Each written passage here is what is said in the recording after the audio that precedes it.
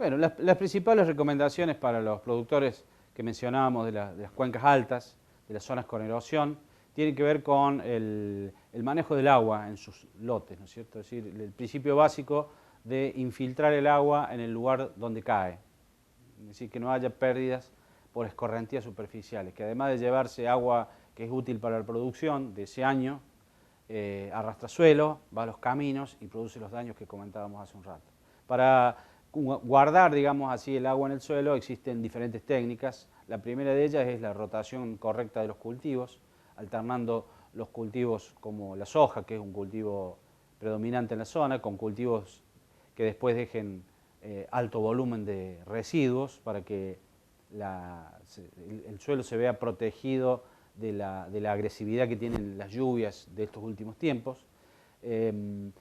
Después tenemos las técnicas de descompactación, de control de las capas duras en los suelos que se forman también por muchos años de tránsito sin mover el suelo. Ese es un problema también que hemos detectado y que atenta contra la buena infiltración del agua en el suelo. Y después están las técnicas que nosotros llamamos de sistematización de los predios, que consiste en técnicas en donde se ordenan las líneas de siembra, se construyen pequeños bordos de tierra que funcionan como contención del agua y que acortan las pendientes, permiten que el agua infiltre en el lugar donde cae, impiden que el agua llegue hacia los caminos y hacia los ríos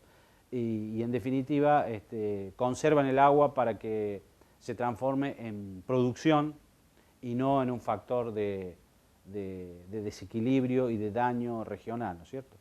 Y el otro conjunto de técnicas está relacionada con el manejo de los campos anegadizos, ¿no es cierto? Ahí ya la problemática es un poco más compleja porque las napas han ascendido por un fenómeno climático, pero también por los cambios que han habido en el uso del suelo en los últimos años, donde se ha pasado de sistemas mixtos de producción a sistemas más especializados en la agricultura, lo cual ha contribuido, aunque en menor medida que el clima, pero en cierta medida también a la evasión de las napas, ¿no es cierto? En ese caso el productor tiene que hacer un muy buen control de los niveles freáticos, es decir, un monitoreo permanente de los niveles freáticos para saber qué sectores del campo son los más vulnerables al anegamiento y qué sector del campo son los que tienen mayor potencial de producción. Tratar de evitar las canalizaciones, porque por lo general las canalizaciones individuales descoordinadas generan daños a terceros que luego pueden ser peor los remedios que la enfermedad, digamos así. Evitar las canalizaciones, tratar de controlar el agua en las zonas de lomas, tratar de guardar el agua y en las zonas con riesgo ir a producciones que no tengan tanto riesgo de cosecha como son las producciones anuales y habilitar esos terrenos para pastos, ya sea pastos permanentes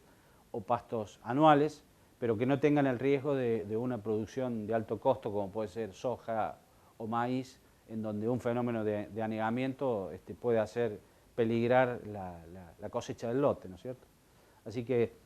para ambas zonas los productores tienen herramientas como para morigerar los problemas tanto de erosión como de inundaciones y bueno, estamos en este Consejo Regional que también te mencionaba tratando de difundir estas tecnologías de manera tal de poder llegar